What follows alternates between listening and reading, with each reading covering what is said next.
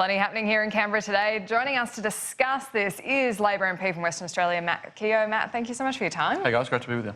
So that was an interesting point raised by Rex Patrick in his interview with Kieran just now, that as part of his deal with the government about looking into gas prices, that this could be affecting existing contracts. Is that a concern? I think it is a concern. We want to see the detail of that because what we don't want to see is the government do anything that creates sovereign risk issues for further investment in Australia. Looking at a domestic gas reservation scheme nationally like we have operating in Western Australia already would be a good thing to look at, and I think that's something we would support government looking at it prospectively for new developments. But one of the things from the discussions I've already been having with the resources sector, the oil and gas sector, is that they want certainty and clarity, and they don't want to have surprises sprung on them with contracts they've already... So you can do a reservation in your mind, as done, as you said, elsewhere, but at a state level, but this domestic supply mechanism that Rex Patrick spoke about there, he believes can impact supply contracts into export markets, as he explained there, and the companies would have to find the supply from elsewhere.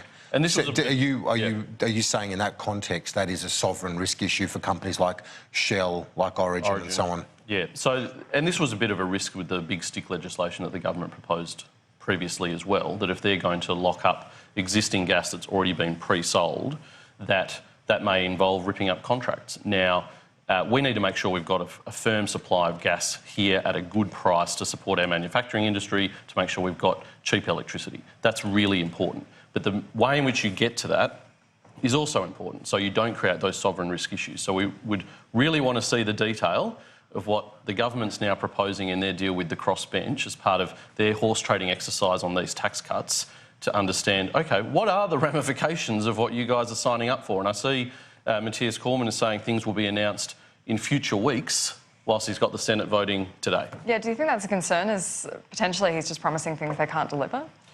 Well, we don't know what he may or may not be able to deliver. I mean, I think it's interesting from the crossbench's point of view, and we saw Jackie Lambie earlier today saying that she's operating on goodwill with the government. There doesn't seem to be any written agreements or firm detail about what might be delivered for Tasmania, and they do have a solid homelessness problem there that needs to be addressed. There's not taking away from that. But these deals that are being done with the crossbench without any detail around them, I think are troubling both from the crossbench's point of view. They're being asked to vote on these tax cuts today, but they're also troubling because what are the ramifications for us as a nation if we're creating potential sovereign risk issues going forward? So you want clarity from the government as to what this policy is going to include, because Rex Patrick in that interview confirmed that in his mind there will be an announcement in July or August. So within weeks we're talking about a deal on gas changes to the gas market. If it's a reservation, Labor, you would think instinctively would give that a tick, given you've taken that previously to the election. But this other domestic supply mechanism, you would have reservations about instinctively. Well, it's important to recognise that what happened in Western Australia with gas reservation was for new projects. So looking at it through that prism is fine. There's certainty for investment. The gas companies can work with that. But if this mechanism that Rex Patrick and the government are talking about now are for existing gas contracts that are already for export, then we would really want to see the detail. Wouldn't you, and understandably, but wouldn't you, as an observer of this debate, because certainly the logic would suggest to reduce prices, you increase supply. So, but we have moratoria on this development of gas in Victoria and elsewhere. In New South Wales is basically a moratorium in place. There's very little gas being extracted.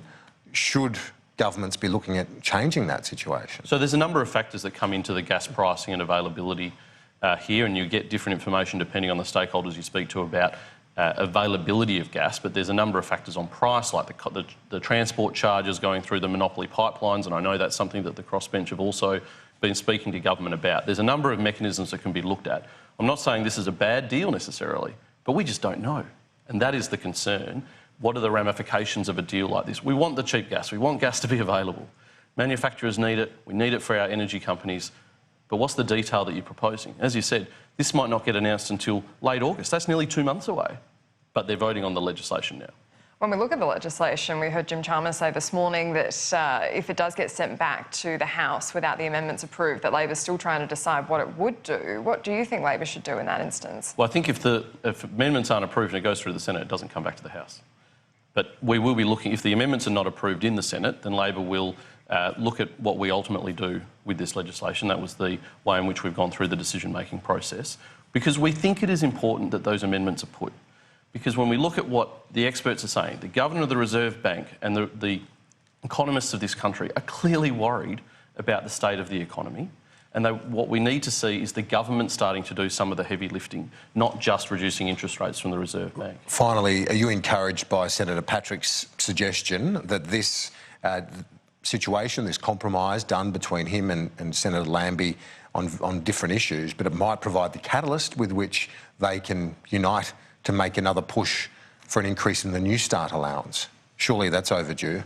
Well, we've said that New Start allowance should be reviewed. And so, yes, absolutely, if there's pressure on the government to review it, that is something that should happen, just as the deeming rates issue, which the government's now decided to talk about after 6 years of government, is now only just now deciding to deal with that issue for pensioners. And it's such an important issue. Well, it's the first time the interest rates have gone down, to be fair to the government. But those interest rates have been so low for so long, but they've done nothing about it. So it's not... Yes, this is the first time those interest rates have reduced, but the gap between the deeming rate and the interest rates have been a problem now for 6 years that they've been in government, all on their watch. Matt Keogh, thank you so much for your time. Great to be with you. Appreciate it.